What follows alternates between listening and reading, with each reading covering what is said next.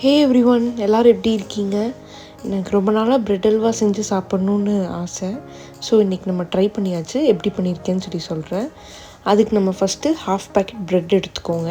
எடுத்துகிட்டு அது ஒரு மிக்ஸி ஜாருக்கு மாற்றி நல்லா நைஸாக அரைச்சி எடுத்துக்கோங்க. இந்தளவுக்கு நல்லா ப்ரெட் க்ரம்ஸ் மாதிரி இருக்கும்.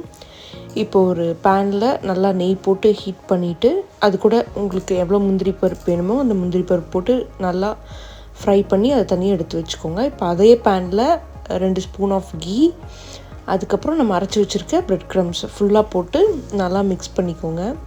மிக்ஸ் பண்ணி கொஞ்ச நேரம் ஒரு 5 to 7 மினிட்ஸ்லேயே நமக்கு கலர் நல்லா சேஞ்ச் ஆகும். அந்த டைமில் நம்ம ஒரு 1.5 கப் மில்க் எடுத்துருக்கோம். அதை நல்லா ஆட் பண்ணிக்கோங்க. ஆட் பண்ணதுக்கப்புறம் அதை நல்லா மிக்ஸ் பண்ணதுக்கப்புறம் நல்லா ஒரு மாதிரி ஒரு கெட்டியான ஒரு கன்சிஸ்டன்சி வரும்.